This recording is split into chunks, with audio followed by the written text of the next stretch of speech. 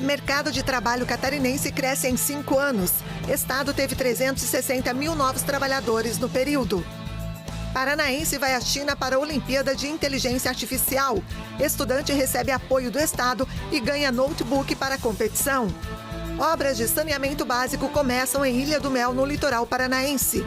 O local contará com sistema completo de coleta e tratamento de esgoto. Presidente Lula diz que Brasil não está em guerra tarifária. Relação com Estados Unidos vai escalar se Trump impor as taxas anunciadas de 50%. Alexandre de Moraes adverte Bolsonaro sobre risco de prisão. Ex-presidente teria descumprido medidas cautelares ao sair da Câmara dos Deputados. Estados Unidos anunciam saída da Unesco por achar que a entidade promove causas sociais e culturais divisivas. E ainda, a aldeia Sérvia afirma ser origem da primeira aparição de vampiro. Essas e outras notícias a partir de agora no Pix News.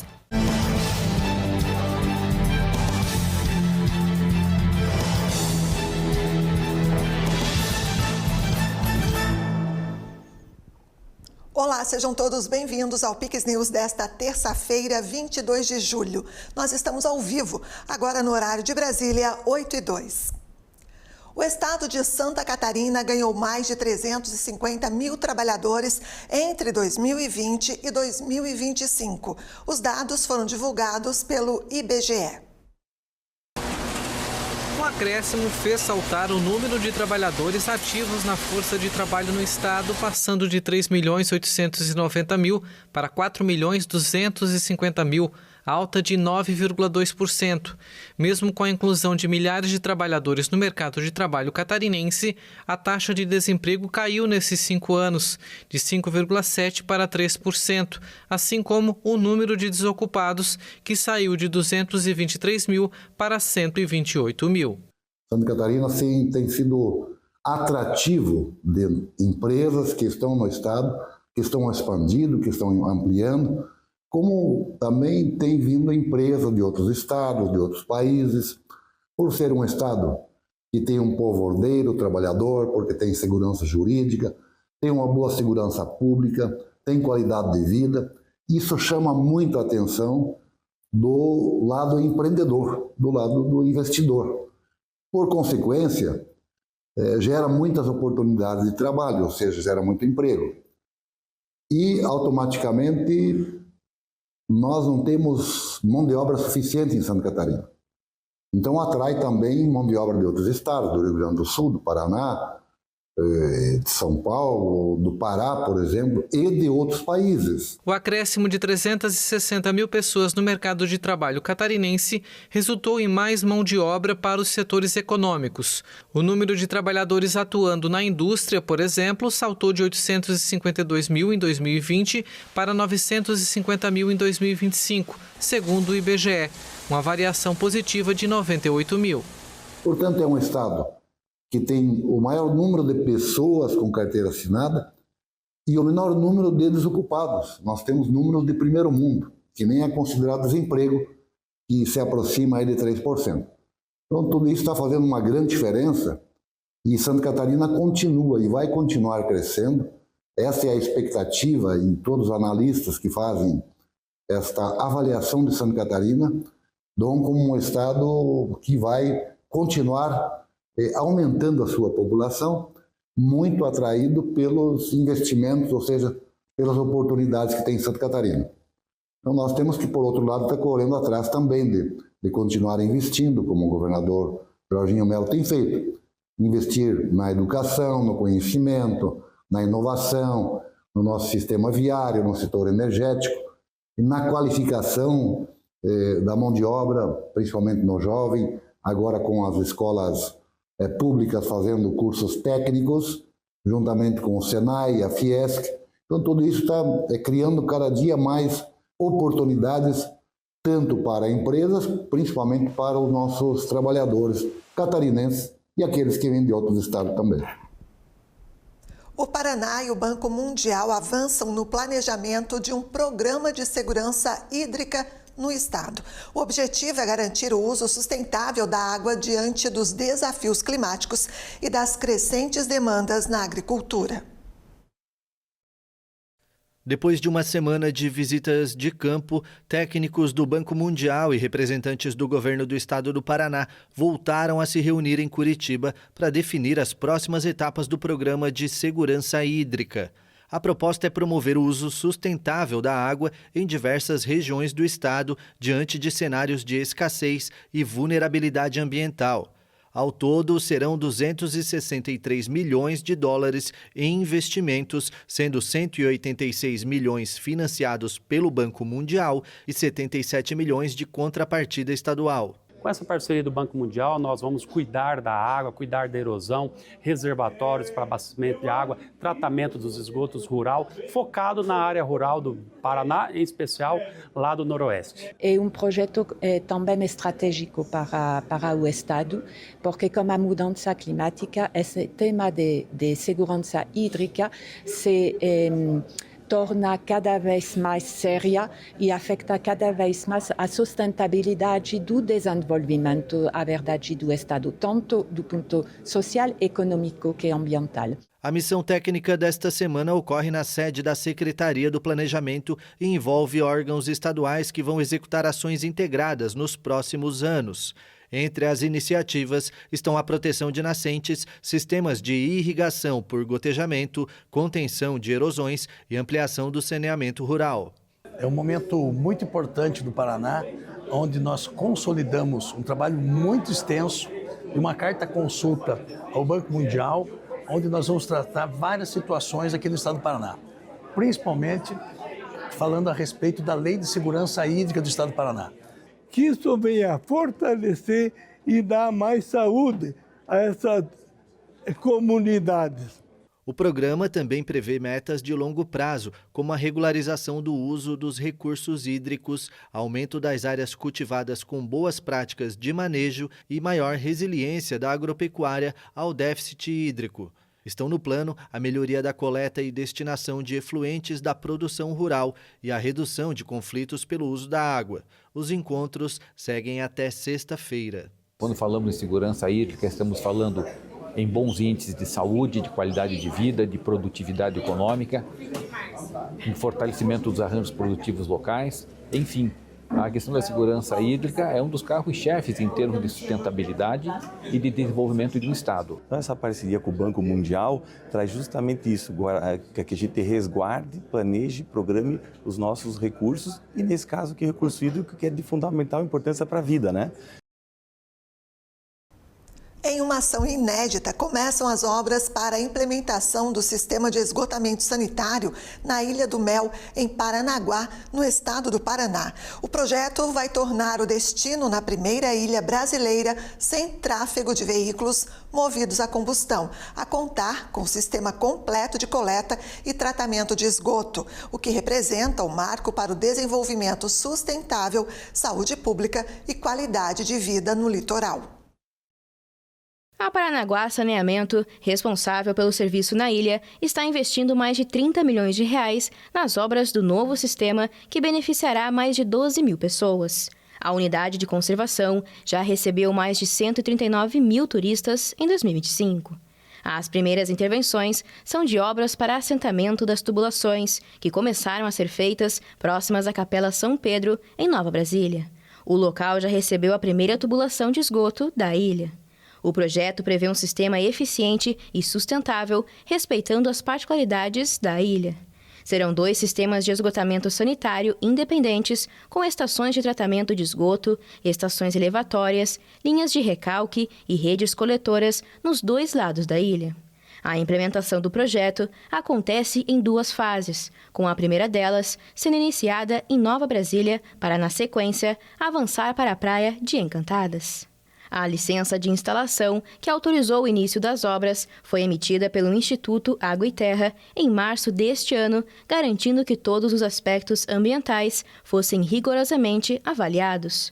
Todo o projeto foi desenvolvido com ampla participação comunitária, sendo os moradores ouvidos durante consultas livres realizadas ao longo dos últimos meses. As residências mais afastadas das regiões centrais serão atendidas individualmente ou agrupadas em sistemas específicos, garantindo cobertura universal do saneamento.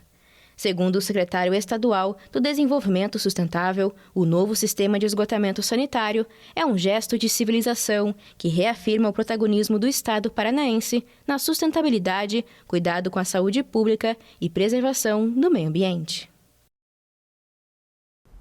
No Paraná, foi publicado nesta segunda-feira o edital de licitação para contratar a empresa que vai construir o futuro terminal metropolitano de Londrina, no norte do estado. O valor inicial da concorrência é de quase 44 milhões de reais, com disputa pelo menor preço.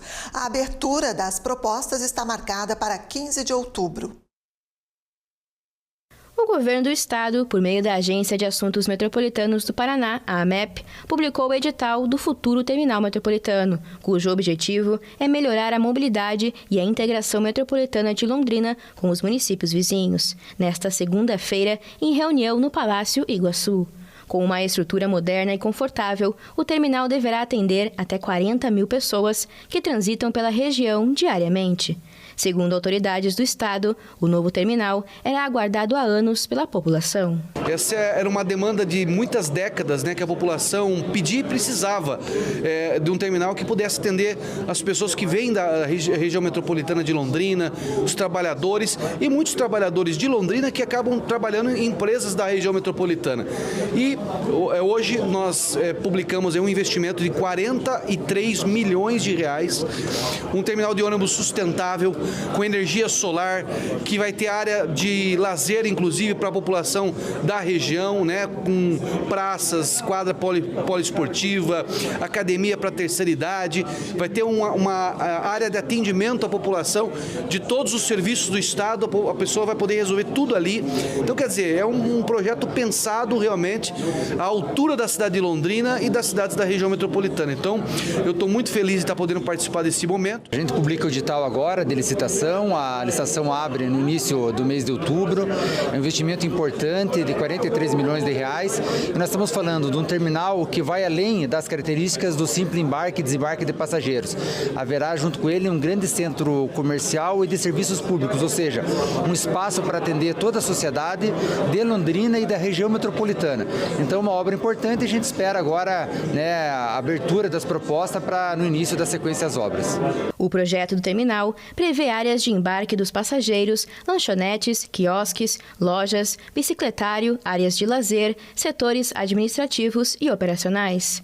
A integração ao terminal urbano de Londrina será feita por meio de uma passarela elevada sobre a Avenida Leste-Oeste. Além disso, toda a estrutura está sendo planejada nos parâmetros mais modernos de acessibilidade. Serão atendidas linhas de 8 municípios da região. Uma obra que ela foi muito bem pensada, foi muito planejada. Então, não foi qualquer lugar que ela foi pensada, que ela foi colocada. Foi justamente em frente ao terminal urbano, porque dali as pessoas que vêm de fora podem chegar e já pegar o transporte também para as áreas da cidade de Londrina. E essa integração toda por uma passarela, então independente se vai estar frio, se vai estar sol, se vai estar muito quente. Londrina a gente sabe que isso tem direto, muito quente, então as pessoas não vão mais sofrer por isso. Então ela chegando de fora, ela já vai conectar ali no terminal urbano e fazendo também essa saída. Então, realmente, é uma conquista espetacular. O centro ali ganha uma obra maravilhosa, porque, com toda certeza, nós vamos ter o terminal mais bonito do Brasil. Não é uma obra simples, é uma obra muito bonita mesmo, que vai atender demais a população. Então, vai trazer dignidade, vai trazer oportunidade, vai trazer conexão e, acima de tudo, respeito às famílias do norte do Paraná, às famílias pé-vermelhas e, principalmente, ao trabalhador. O prazo de execução da obra do terminal, a partir da assinatura da ordem de serviço, é de 22 meses. A contratação será na modalidade integrada, em que o vencedor faz o projeto executivo e realiza a obra. Um estudante do Paraná vai representar o Brasil em uma Olimpíada Internacional de Inteligência Artificial na China. Antes de embarcar, ele foi homenageado pelo governo do estado e recebeu um incentivo para aprofundar os estudos. Antes de viajar para a China, Samuel, de 18 anos, foi homenageado pelo governo do Paraná. O estudante de Douradina, no noroeste do estado, vai representar o Brasil na Olimpíada Internacional de Inteligência Artificial, marcada para agosto em Pequim. Vão ser 2 dias de prova individual e 1 dia de prova entre os times, né? Uma prova entre cada time que está indo lá representar o seu próprio país. Então, assim, é um evento que vai ser bastante focado não só, obviamente, na competição entre os países, mas também na conversa, na troca de conversas entre os participantes de praticamente o mundo todo. O jovem ganhou um notebook doado pela Positivo Tecnologia para reforçar os estudos nesta reta final de preparação. O Paraná se destacou na Olimpíada Nacional de IA, com 87 estudantes classificados para a última etapa, entre os mais de 700 mil participantes. Desejamos a ele boa sorte e que ele traga para o Paraná uma medalha que ele merece. 716 mil concorrentes, 4 classificados e 1 do Paraná, de Douradina, lá na divisa com Mato Grosso, mas é do Paraná e é da educação do nosso estado. É uma sensação muito grande poder não só representar o Brasil lá na China, mas também o nosso estado, né, sendo o único competidor que conseguiu chegar na fase final. E quanto ao notebook, para ser sincero, quando fui informado que eu iria receber o notebook, eu fiquei muito feliz. Não só de poder receber o notebook, mas ver que o estado está apoiando a causa. Não é só uma fala rasa, eles estão representando com ações mesmo, de que eles estão indo em cima desse conhecimento, eles estão apoiando a educação desse assunto que eu pessoalmente acho que é muito importante, não só para o país, mas também para o mundo todo. Então foi uma sensação de gratificação muito grande. Para o governo do estado, a conquista é fruto dos investimentos em tecnologia e inovação nas escolas. Então isso mostra realmente a qualidade do ensino do Paraná, o compromisso que o estado tem na formação da nossa juventude, e esse é o início de tantas outras conquistas que nós vamos ter ao longo dos próximos anos. Essa é uma conquista do trabalho que a gente começou lá em 2022, criando a disciplina de programação na Rede Estadual do Paraná. E o Samuel é o estudante que vai representar o Paraná na Olimpíada Mundial de Inteligência Artificial. Isso é um ganho para a educação do Paraná. Nós temos mais de 500 mil alunos do Paraná fazendo programação. E o Paraná liderou todas as etapas dessa Olimpíada e hoje colhemos esse fruto. O estudante vai representar o Paraná, mas também representa o Brasil. Samuel embarca no dia 31 de julho para uma semana de desafios e imersão cultural na China.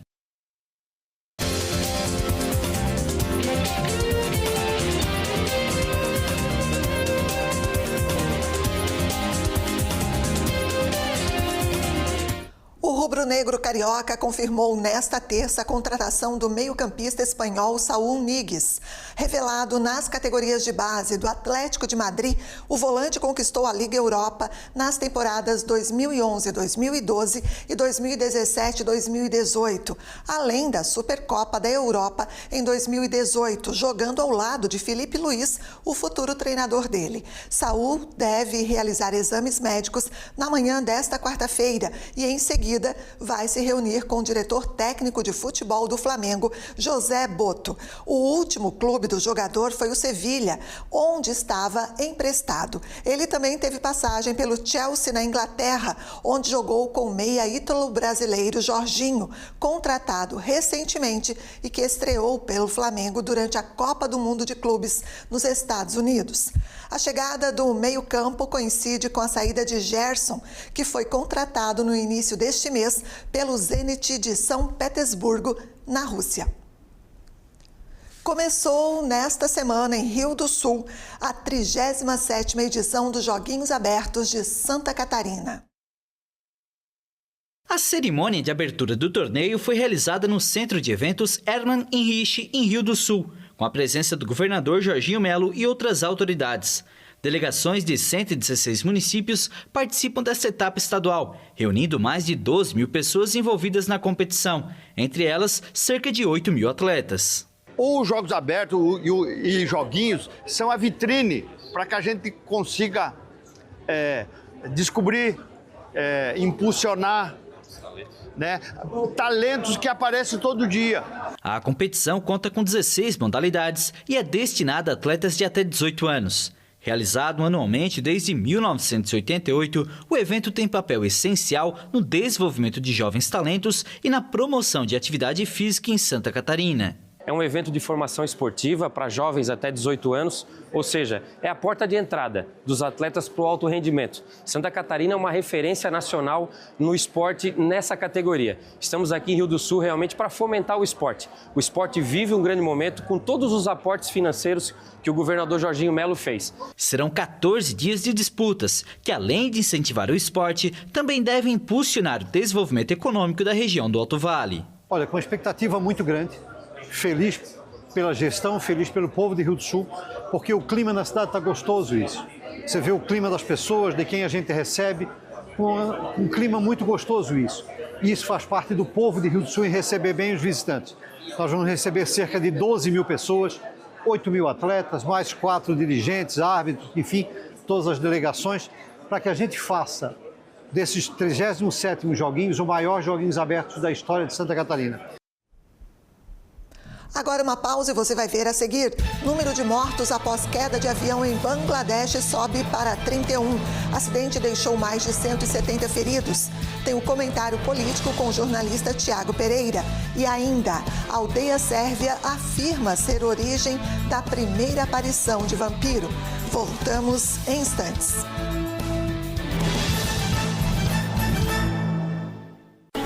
Aqui no interior a estrada tem que ser boa.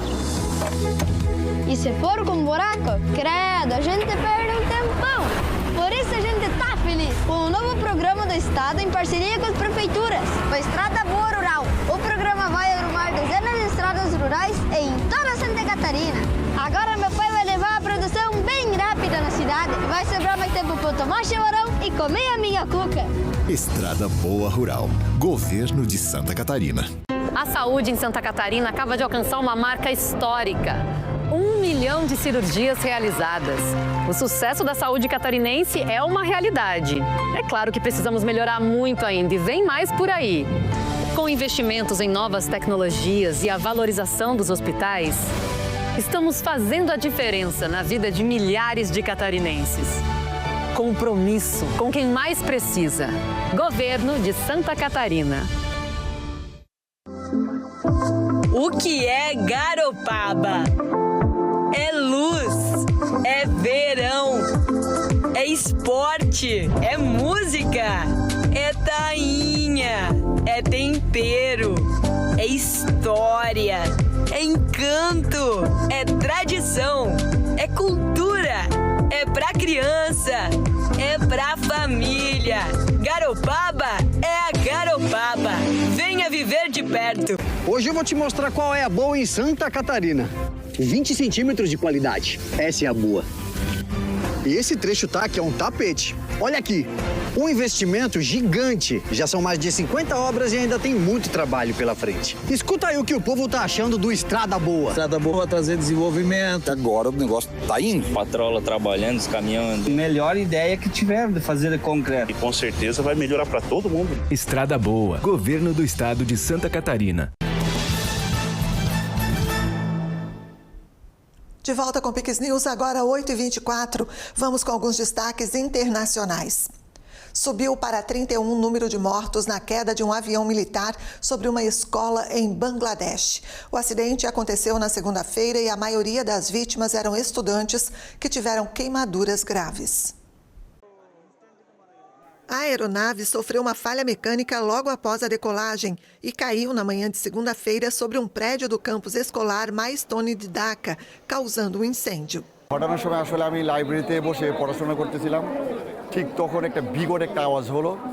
Eu estava na biblioteca da faculdade e de repente ouvimos um barulho enorme. Saímos da biblioteca.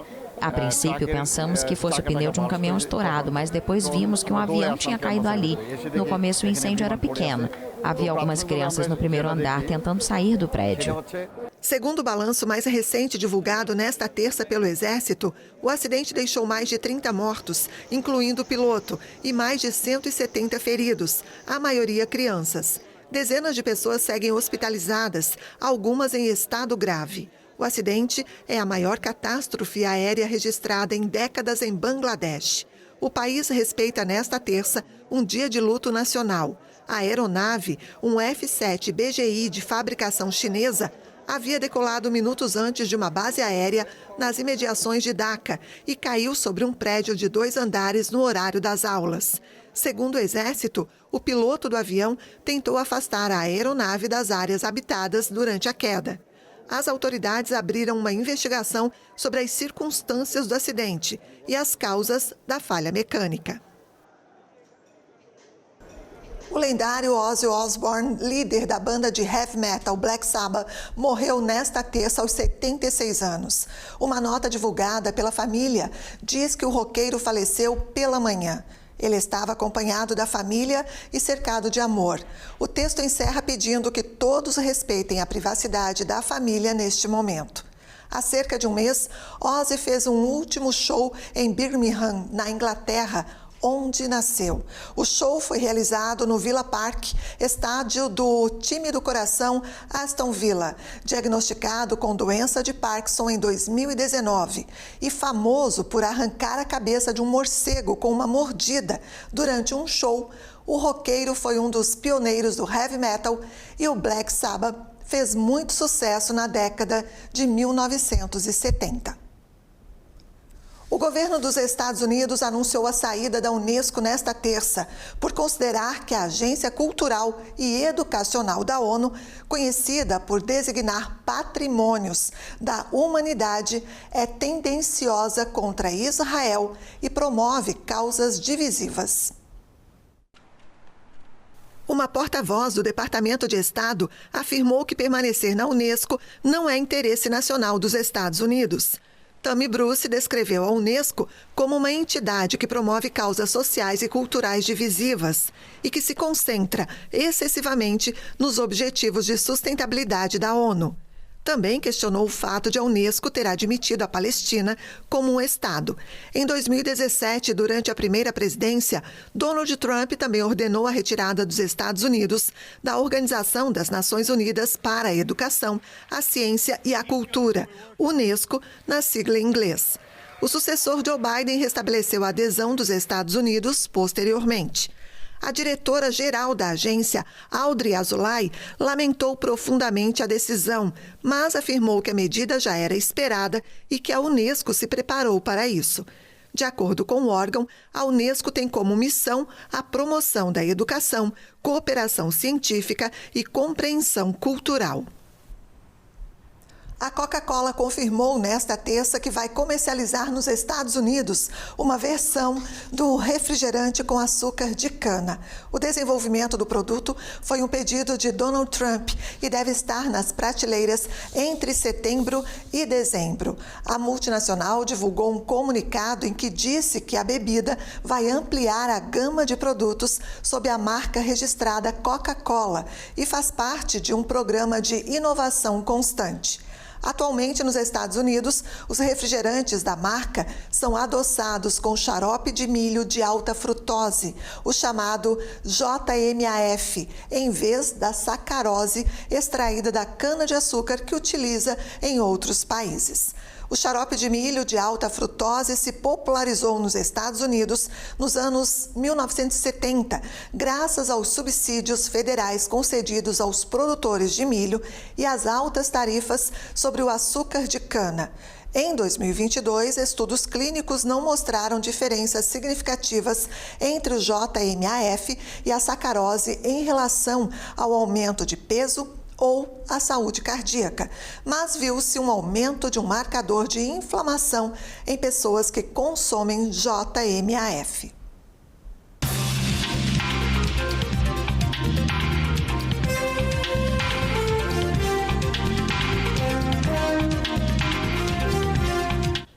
O presidente Lula afirmou nesta segunda-feira que o Brasil não está em uma guerra tarifária com os Estados Unidos.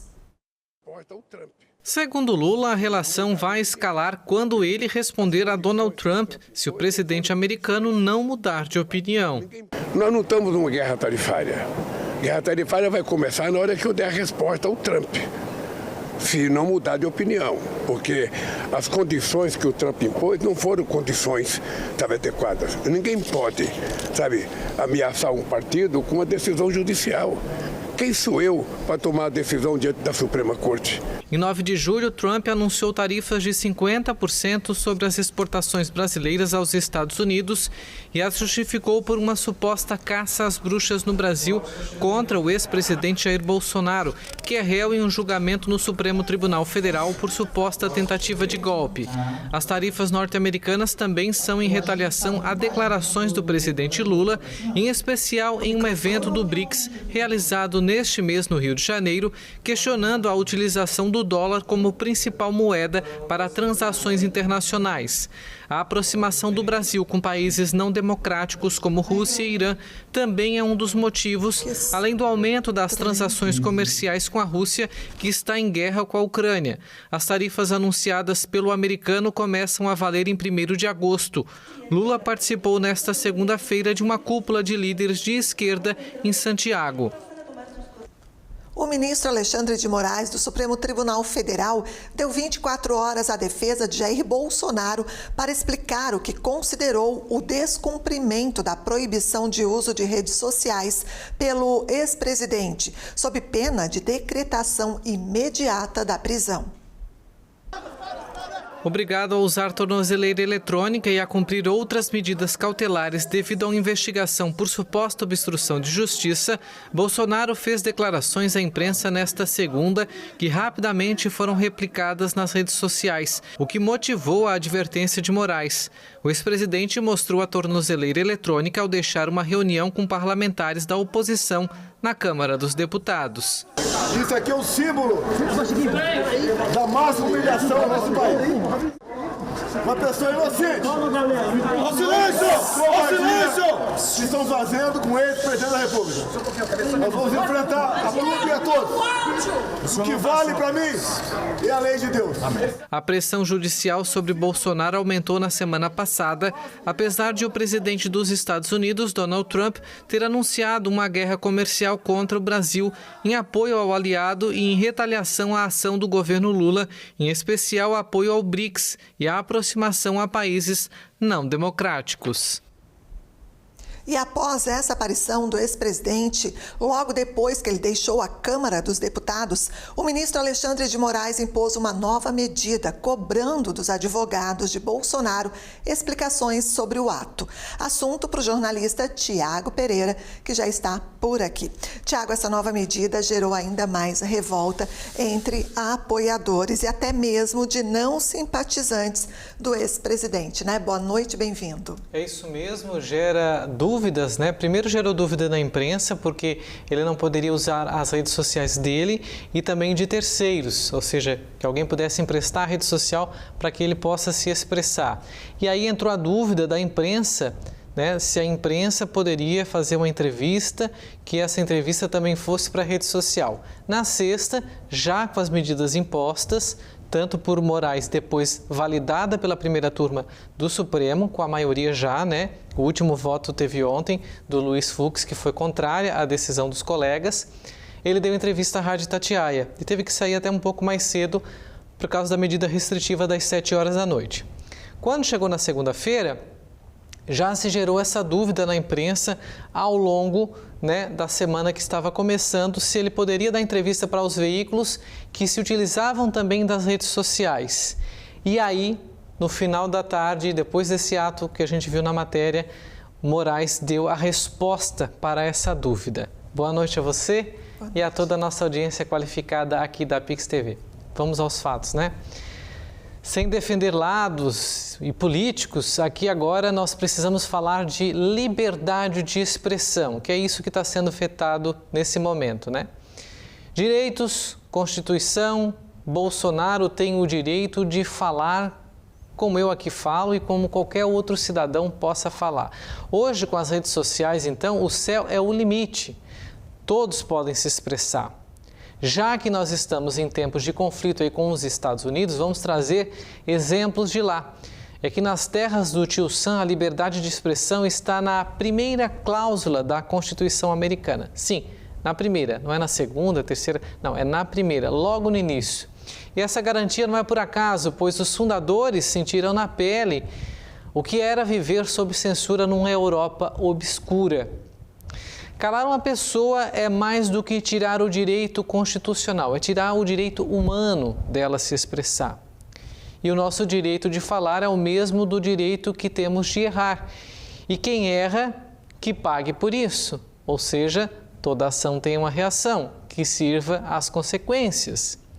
E mais, proibir um réu que, no caso, sofre uma sanção por meio de uma investigação é proibir que ele se defenda. E mais grave, em frente a câmeras e microfones da imprensa profissional do país, é proibir o trabalho livre do jornalismo brasileiro.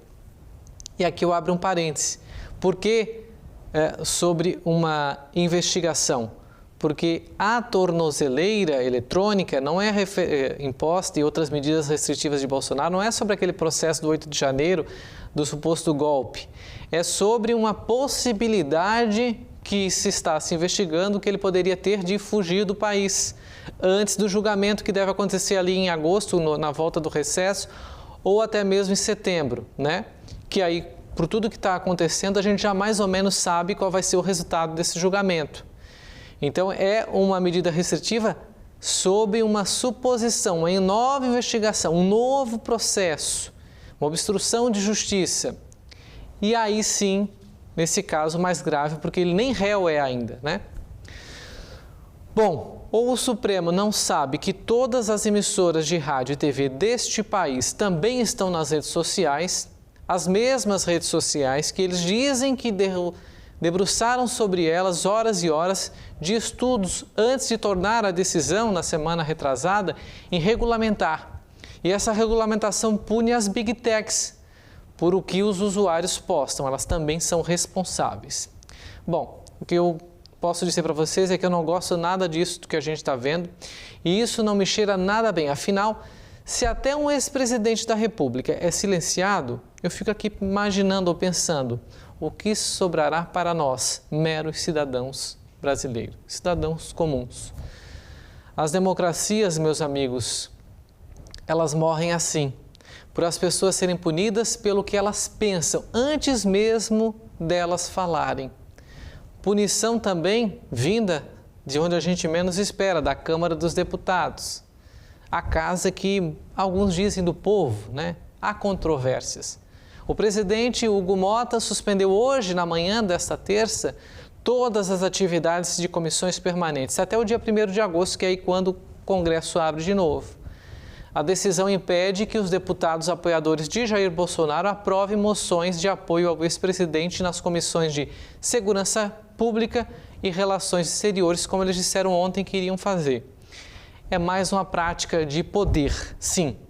O que a gente chama de top-down, quando o poder vem de cima para baixo. Quem está em cima tem mais poder, oprime, esmaga aquele que está embaixo, porque não tem a caneta mais poderosa do que o outro. E assim a gente vai caminhando. Dias sombrios, né, de pessoas serem proibidas de falar, darem entrevistas, e aí você amplia isso para a imprensa e parece que a gente entende como natural, mas não é, né, porque até então não há um julgamento, há um réu, há uma suspeita, não há uma prova concreta que ainda não foi julgada por uma corte, e aí a pessoa não pode falar. E aí se amplia para a imprensa não poder divulgar. Se isso não é censura, a gente não sabe, então, o significado correto dessa palavra. É isso, Tiago. E a gente volta amanhã, quarta-feira, hoje excepcionalmente, né? Porque a semana pede. Semana passada foi uma semana conturbada e essa está caminhando para ser. E ainda a gente está acompanhando as notícias que podem vir ainda ao longo da semana da Casa Branca e também do Supremo Tribunal Federal, porque os advogados de Bolsonaro deram a resposta e agora a gente espera para ver o que Alexandre de Moraes vai decidir. Boa noite a todos. Movimentação política bem acentuada. Política, judiciária e por aí vai. Verdade. Até amanhã, então, Até. Tiago. Bom descanso a todos. Obrigada, bom descanso a você. E agora a gente vai falar que moradores de uma aldeia na Sérvia estão afirmando que o registro do primeiro vampiro foi feito no local há 300 anos. E agora eles querem usar a história para atrair turistas. Apesar de muitos pensarem que a Romênia é a terra dos vampiros, a origem do mito pode ter sido na Sérvia há 300 anos. Os moradores da aldeia de Kisiljevo, a cerca de 100 quilômetros a leste de Belgrado, afirmam que foi no local onde o vampiro foi visto pela primeira vez. Para entender essa história, é preciso explorar um pequeno cemitério localizado entre plantações de milho e um lago. Reza a lenda que em 1725, um grupo de moradores desenterrou o corpo de Peter Blagojevich. A suspeita era de que ele ressuscitava durante a noite para matar inocentes. Petar Blagojevich je nađen u grobu potpuno. Peter Blagojevich foi encontrado completamente intacto no túmulo. Quando cravaram uma estaca de madeira em seu coração, sangue fresco começou a fluir de sua boca e ouvidos. Todos então perceberam que não era brincadeira. E um texto agora famoso foi escrito, falando que o fenômeno é chamado de vampiro em Kisiljevo. Desde então, a palavra vampiro passou a ser usada no mundo todo sem tradução. De acordo com relatos de médicos e militares austríacos, a história provavelmente surgiu de um erro de tradução, o que não impede que 300 anos depois, os moradores da aldeia contem a história e queiram atrair turistas com a lenda. Eles encontraram até o túmulo de Blagojevich, que vinha sendo mantido em segredo por uma mistura de esquecimento e superstição. Um dos potenciais de turismo futuros é o vampirismo, o vampiro de Kisiljevo ou Peter Blagojevich. Esse é um recurso que ainda não utilizamos plenamente e estamos tentando promover a lenda para atrair potenciais investidores e gerar interesse no setor.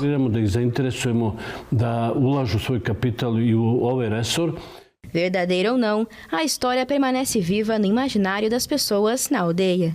E para se prevenir, elas ainda guardam garrafas de rakia, uma bebida sérvia com infusão de pimenta e alho, ingrediente conhecido como espanta-vampiros. E o Pix News fica por aqui. Nossas reportagens e a íntegra da edição você pode rever no Pix News HD. Curta e compartilhe os nossos conteúdos. Mais notícias no pixtv.com.br. Fique agora com o CinePix e a gente se encontra amanhã. Até lá.